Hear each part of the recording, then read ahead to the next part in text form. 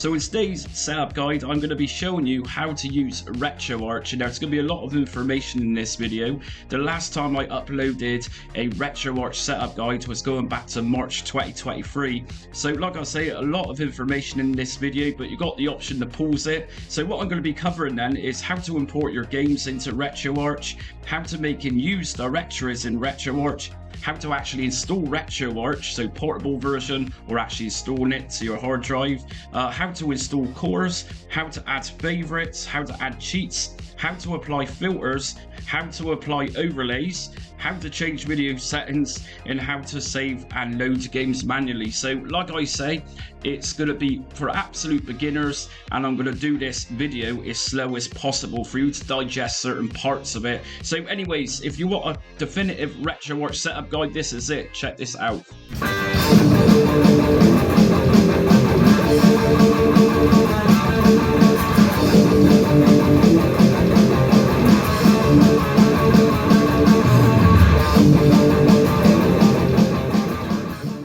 Okay, before I start today's setup guides for Retroarch, if you like what you see today, hit notifications, subscribe and like so you don't miss upcoming retro emulation content that I release every day on my channel, just Jamie. It also helps out my channel a great deal, plus it gets you the content as I release it.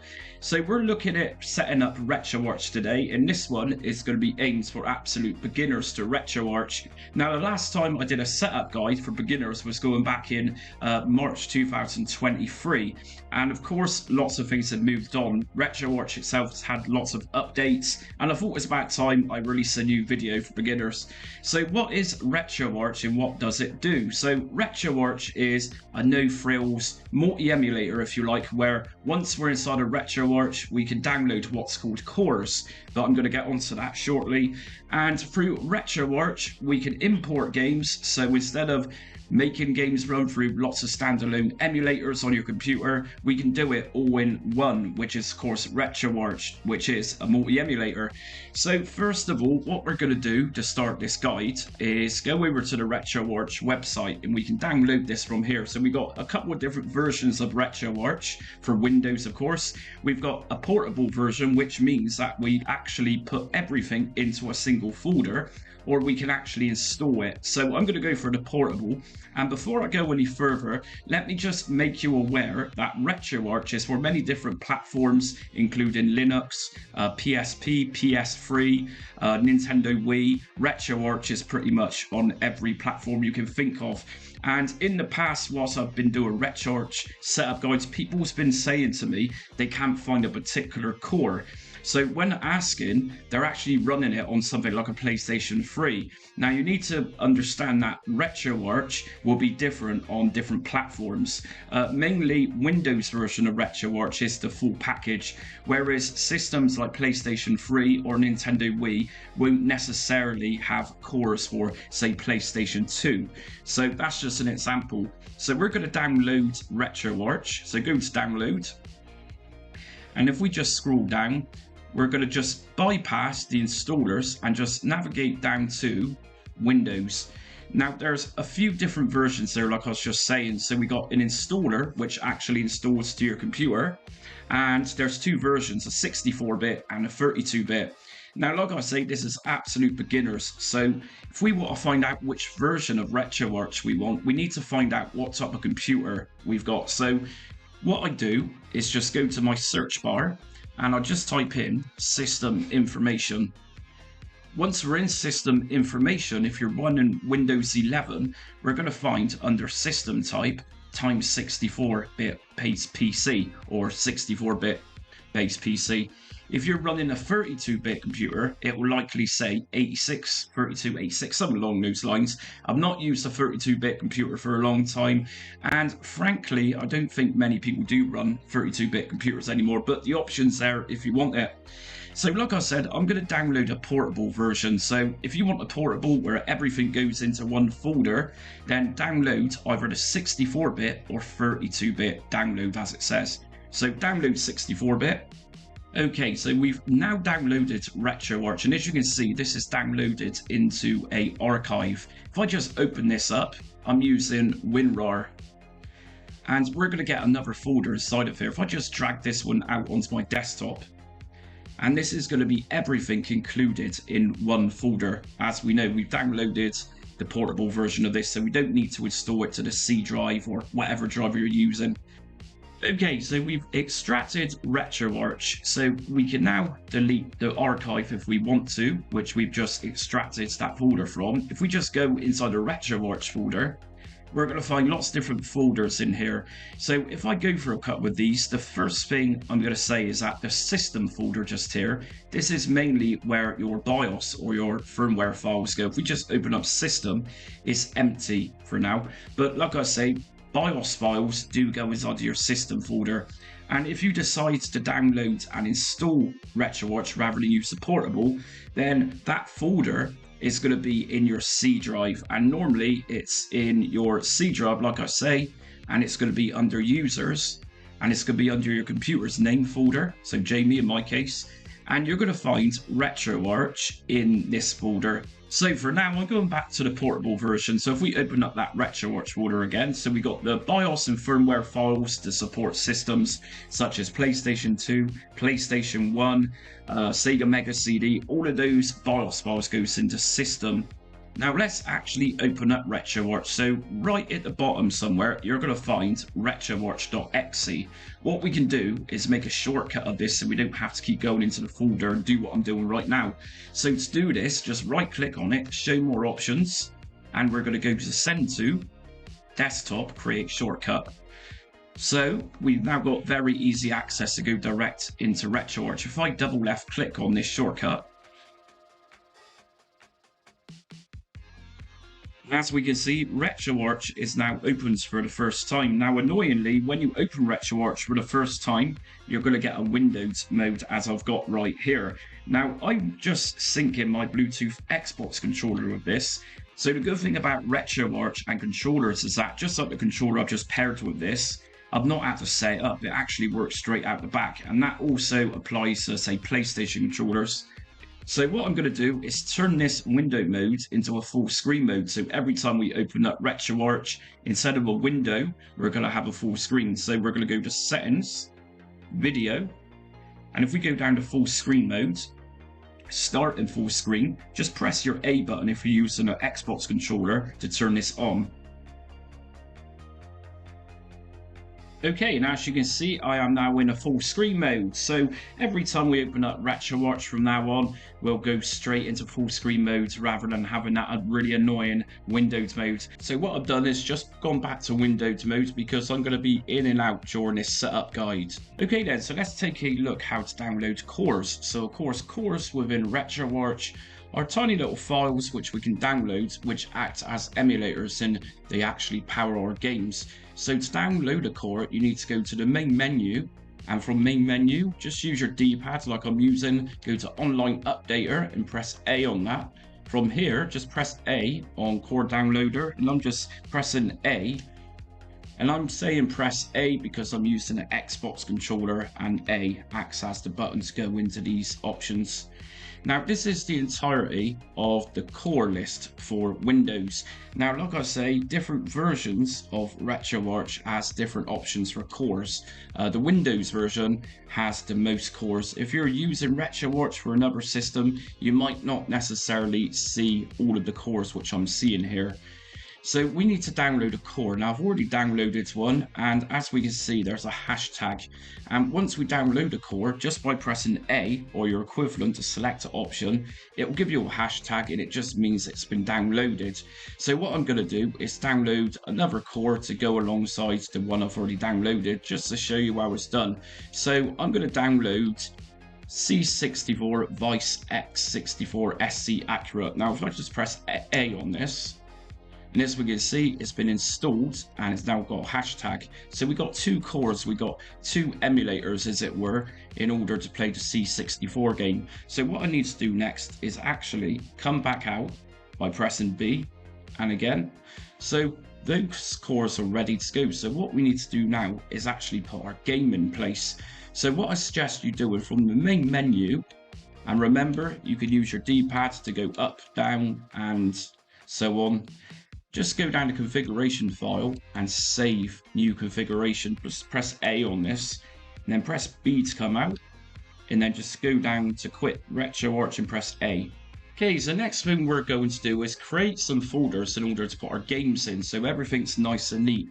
So I'm going to go into my Retroarch portable folder, and within this folder I'm going to just right click any empty space, and I'm going to drop down to new and create a new folder. And if I just call this folder ROMs, what I'm going to do next is just enter this ROMs folder, right click again and create a new folder, and I'm going to call this folder, say, Commodore 64. So this folder is now going to be dedicated to put my Commodore games in. So if I just pop in my Lester game into that Commodore 64 folder. Now the next thing I'm going to do is create another folder. And I'm going to call this folder NES. So that NES folder is then going to be dedicated to, say, Nintendo NES games. So for now, we're looking at Commodore 64, and I've put my game into that folder. So next thing we're going to do is open up Retroarch again, and we're going to import this game. So what we need to do once we're in Retroarch, in order to import, I'm going to just drop down to where it says import content, and then go down to manual scan. Top option is content directory. We need to find out, or rather got to tell Retroarch, where the C64 games are that we'll import. So I'm going to press A on content directory. Now the C drive is the computer I'm using. The operating system and everything else is on C drive. I don't have any other drives attached, so it must be on this C drive then.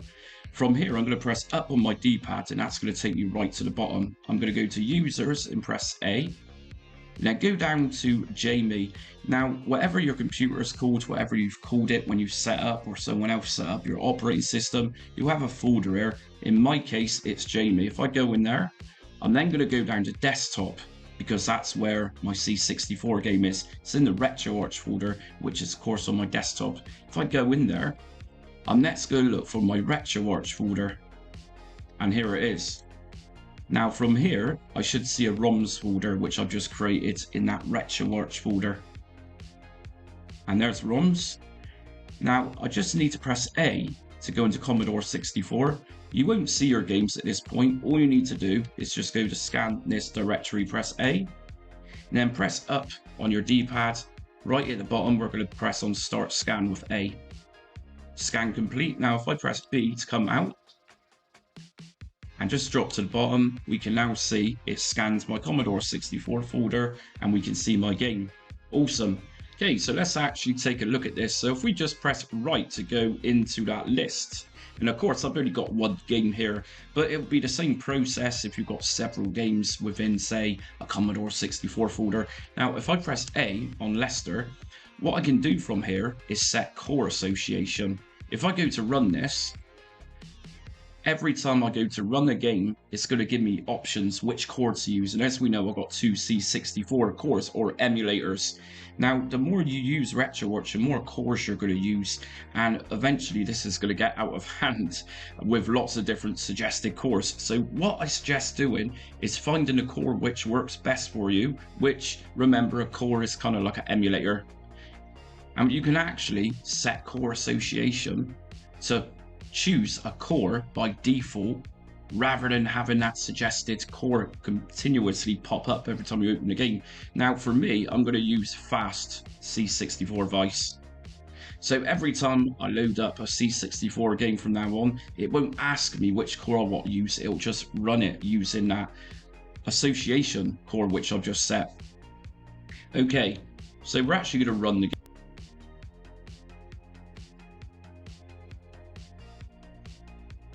And here we go. And bear in mind, this will be in full screen modes for you.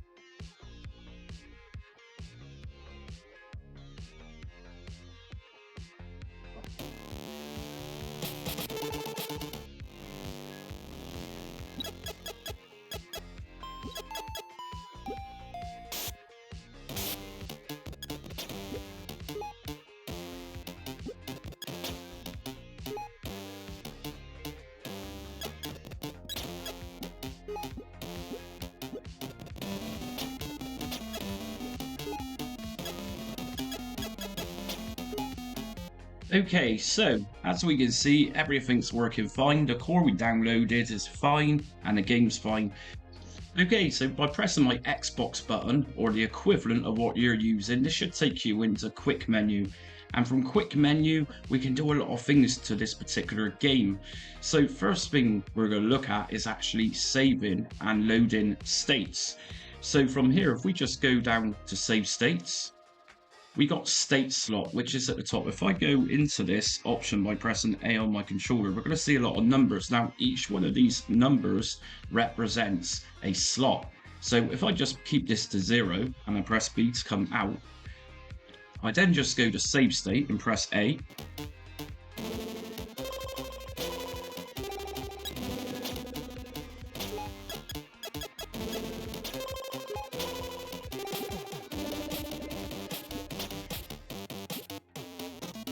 If I press my Xbox button to enter the Retroarch quick menu again, I can then go to load state.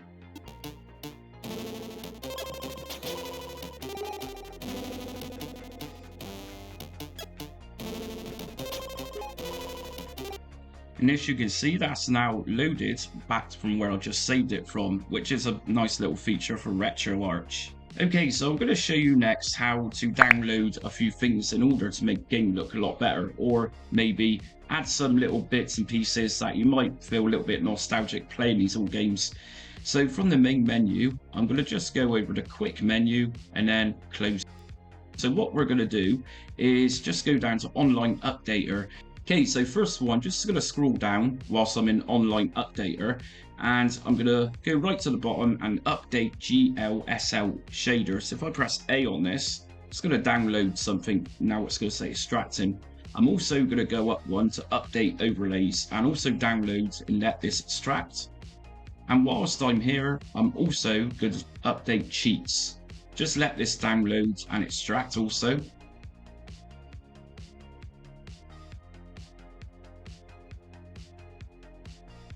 Okay, so now we've downloaded a few things, what we're going to do next is actually load up that game again. So Commodore 64, Leicester, and run. Now just remember that this is going to boot up straight now because I set that core association.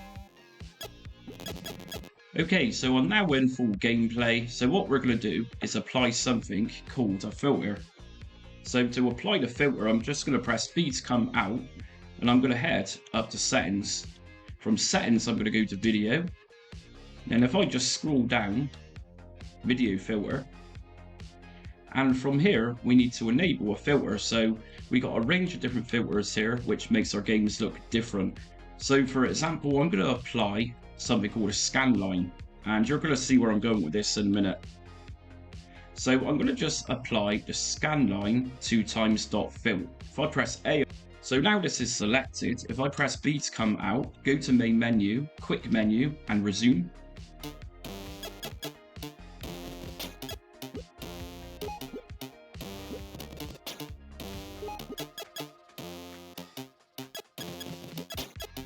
And as you can see from the footage there, there's now scan lines applied. And I can do this with any filter I want to. So settings, video, and to remove it, I just remove video filter and go back into video filter, and I can choose any filter I want. So for example, let's just try something like a greenscale.matrix. If I press A and go back into the game, quick menu and resume.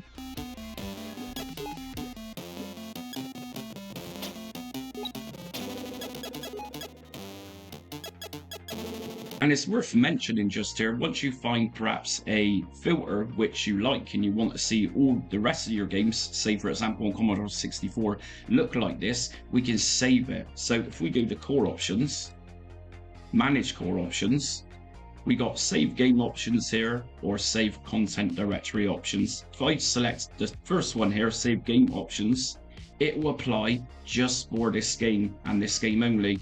If I go to save content directory options, it will apply this filter to every Commodore 64 game that I open up using this core Vice x 64. If I just go to save content directory options, so from now on, whenever I boot up a Commodore 64 game, it's going to give us that filter effect. Okay, so I'm going to just take away that filter because, yeah, it don't look that great, but I'm just using this as an example. So remove video filter. And if I go back into the game again, okay, cool. And something else that I downloaded just a minute ago was something called overlays. I'm going to show you how overlays work. From the quick menu, I'm going to go down to on-screen overlay, and I'm going to turn this on by pressing A. Now from here, if we go to overlay preset, I can select a preset overlay, and I'm going to show you how this works. So let's just pick an overlay. I don't have anything here for Commodore 64, but I'm going to use, say, Castlevania Integer.cfg. If I press A, so this overlay is now selected, as we can see. Okay, so we drop down one to overlay opacity, and I'm going to turn this to 1.00. If I press back by pressing B, back into the game.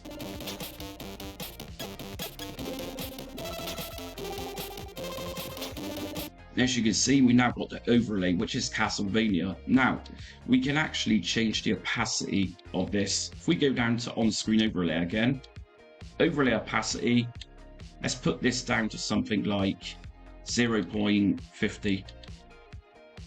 If I come out again by pressing B, B again, quick menu and resume.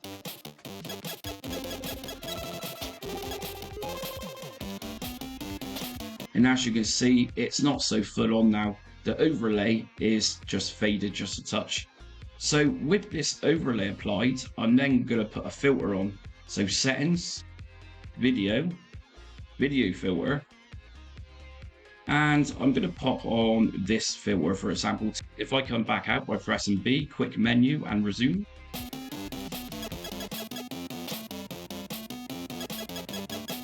Or I can add the scan lines again. So again, we can either remove video filter or go back to video filter and change it to say darken. If we come back out, main menu, quick menu, resume. Okay, so for now, what I'm going to do is just take away the overlay and the filter. So just remember, you can do all this from, say, settings, video, remove video filter, and I'm also going to take away that overlay. So just turn display overlay off. And just remember to save all your settings as you go along. So this is generally going to be in quick menu, core options, manage core options, and remove content directory options, and then save content directory options. Now, if I go to close this game down, close content, when I next load up the game, everything will be back to normal. Leicester and run. This we can see everything is now gone because I've saved it.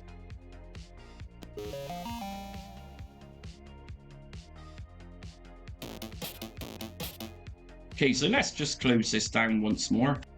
Now, whilst I'm here, I'm going to show you how to change the theme of Retroarch. I'm going to show you how to do this, but afterwards I'm going to put it back to this default theme. So to do this, I'm going to go to Settings, User Interface, and then if I just go down to Menu, Ozone is the current theme for Retroarch. If I put this to something a bit more snazzy like XMB, just press A on this, and B to come out. And what we're going to do is just restart Retroarch, and press A. And we've now got the XMB theme, but like I say, I'm going to be using default. Now, if you like this theme, which many people do, which is understandable, just remember to save it under configuration file, save current configuration, and there we go. So I'm actually going to change back to that default Retroarch theme now, which I can do under User Interface, Menu, and put it back to Ozone. Now, if I go down to Configuration File, Save Current Configuration, Restart Retroarch, it will then, from now on, boot up with this theme. Okay, something else we got within Retroarch these days is Retro Achievements. We can actually sign up with Retro Achievements, and this is Retro Achievements, and Retro Achievements gives you points and little pop-ups for achieving certain goals within games, which is set up by Retro Achievements. It's free to register, and it's a very nice community. It's a very active community, and a lot of games are supported. But you can sign up and register with this for free. I also uploaded a more in-depth video of retro achievements here today, so check that one out. But anyways, once you've signed up with Retro Achievements and you've got your user ID and your password, we can actually activate this within Retroarch. If we go back to Retroarch, if we just go down to settings, just scroll down to achievements. Achievements is currently off. If I press A to turn this on, we can then put username and passwords in, which we just got from the Retro Achievements website when registering. And then from now on, most of your games will then start earning achievements. We can also change the appearance of this. So by default, when a little pop-up comes up once you reach an achievement, it'll be to your top left by default, little window pop-up. You can change this to top center, top right, and so on. And if we scroll down a little bit more, if you fancy a little sound when you reach an achievement, just turn on unlock sound. Now, something else we can do within Retroarch is actually add favorites. So for example, if I want to add my Leicester game as a favorite, if I just open this game, I can go down to add to favorites, and it says added to favorites. Now, if I go up on the left, you'll see favorites. Now you'll see Leicester twice because I've already added it as a favorite. But instead of going through all your game files, favorites will obviously store and save the games that you want to go back to rather than searching for hours. But like I say, as always, just remember to go to configuration file and always save current configuration. Retroarch has a real annoying thing where it sometimes forgets what you're doing. So next up, I'm going to show you how to apply those cheats to games. If you recall just a minute ago, I actually downloaded or updated cheats within Retroarch. So what I'm going to do for this is use a Nintendo NES game. It's highly unlikely that my Leicester game, being a new game for C64, is not going to have any cheats for it. So if we go and select a more traditional retro game, what we're going to do is just go into the Retroarch folder, go into that ROMs folder I created. Now I've got the NES folder, so what I'm going to do is just pop my NES games into that folder. So my NES games are now in that ROMs NES folder, which I created earlier. And I'm going to open up Retroarch again. So of course, once we're in Retroarch, we're going to need to import these games once again, just like we did with Commodore 64. So import content, manual scan, content directory, and it's going to be in my C drive. I've just connected my D drive, just put a couple of games in. So I'm going to go to C drive because that's where those games are located for Nintendo NES. So press A. And then once again, I'm going to just go down to users and then into my computer folder, which is Jamie. And from here, desktop again. And I'm going to look for that Retroarch folder and ROMs. And if I just enter into the NES folder where I've just put my two NES games, I'm going to scan this directory, press up on my D-pad and start scan. Scan complete. Now if we come back out by pressing B, if I go down to the bottom, we've now got my NES games. So what we're going to do to apply cheats is obviously start up a game. So I'm going to select Chip and Dale Rescue Rangers. And before I do this, I actually need to download a core. So come out by pressing B. Go up to main menu, online updater, core downloader. So I'm going to look for Nintendo NES core for this. So everything's in alphabetical order. If I just drop down until I come across Nintendo.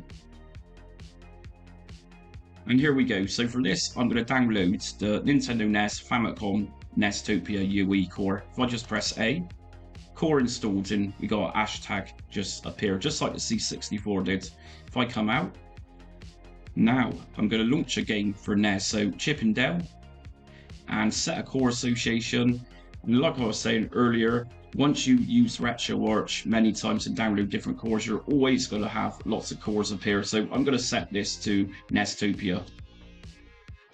Core association is now been applied, so I'm going to go to run the game.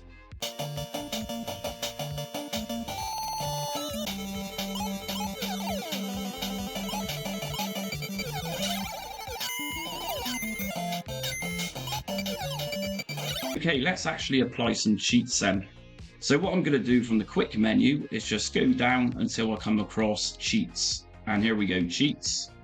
I'm going to go down one to load cheat file and in brackets replace. Now this is all the cheats for separate different systems through Retroarch, which we updated downloaded cheats for. I need to find Nintendo Entertainment System, and here it is. If I go inside of this folder, I'm then going to look for the Chip and Dale cheat. So if I just scroll down, and I'm going to select Chip and Dale Rescue Rangers USA.cht. If I press A, I'm next going to scroll down and just go to Apply Changes. Press A, Apply and Cheat Changes. Now if we scroll down, we're going to find lots of different cheats to use in this particular game, which is Chip and Dale Rescue Rangers. So let's take a look. Infinite lives, I'm going to press A on this, and I'm going to enable it on. And if I come out, I'm going to look for another cheat to apply. So invincibility, player 1, I'm going to turn this one on, so enabled on. If I come back out again, I'm going to apply after toggle. I'm going to turn this one on and apply changes. Now if I go back into my game, main menu, quick menu, resume.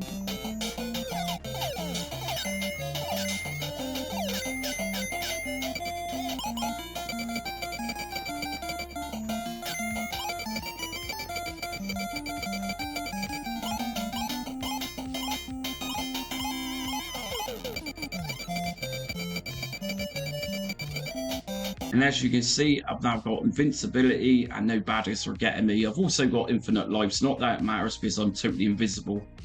Okay, so let's actually look at some video settings. We can change aspect ratio, we can apply things like integer scaling. What I'm going to do is open up a game again. So I'm going to open up Castlevania this time and run. And of course, I'm going to select my Nestopia. And in fact, I'm going to set the core association here, so this game boots up every time using Nestopia rather than doing what it just did and asking us to choose a core. I'm also going to add this Castlevania game to my favorites and actually go to favorites and boot it from here. Castlevania, run.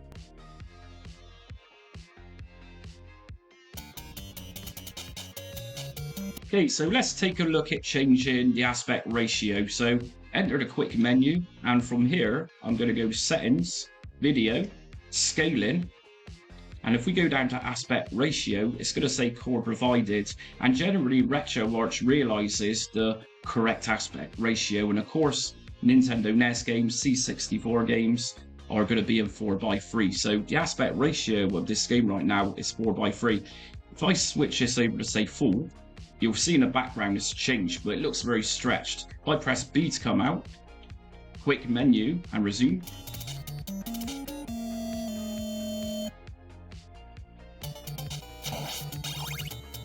And as you can see, that looks pretty nasty. The game was obviously designed for old school 4:3 TVs.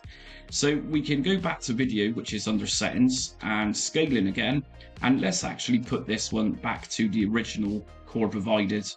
Now also under the scaling option, we've got integer scale and integer scale over scale. Now if I turn on the top one here, you'll see that in the background the image has changed size. What it's done is compressed the image very slightly and taken away a bit of pixelation. We've also got the next option down. If I turn this one on, we can use this, but you'll find if you enable both of these just here, then it's going to appear to be too big. So you need to turn integer scale off in order to use the overscale option. If I go back into the game, quick menu, resume.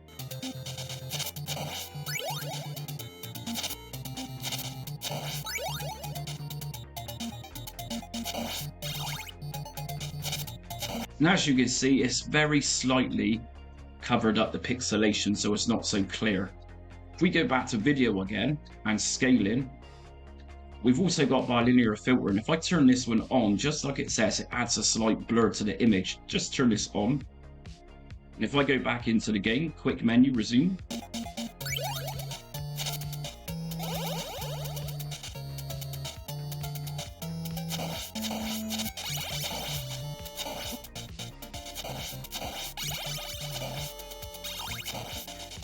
As you see, a big noticeable difference just there.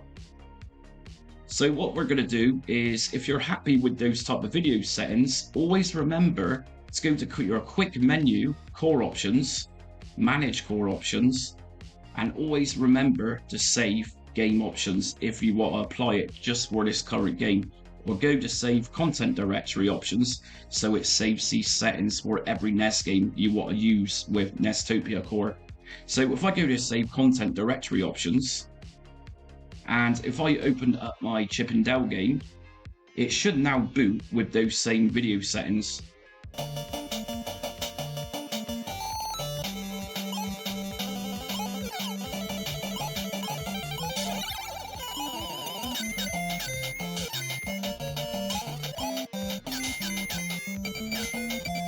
And as you can see, Chip and Dale has now got applies the same video settings I just had for Castlevania.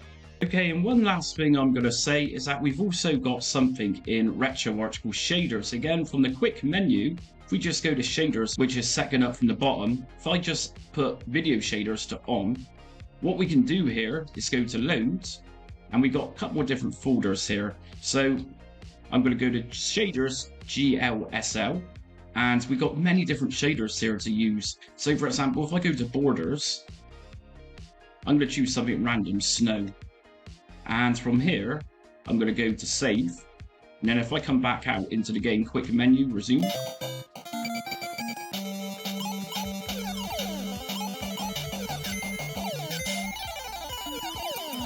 And as you can see, some very random snow effect, which you can have some fun with. So again, shaders, and we're going to load up another one. So load, shaders, GLSL, and you've also got different shaders in the slang folder as well. So GSL, and this time I'm going to go down to film and Technicolor. And then just remember to save. So if I come back into the game, quick menu, resume.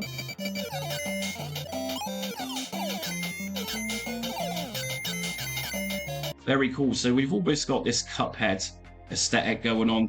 Okay, so just to sum this up, I'm going to apply the overlay. So overlay is in quick menu, on-screen overlay, turn this on, and I'm going to pop on a different overlay this time. Come back out.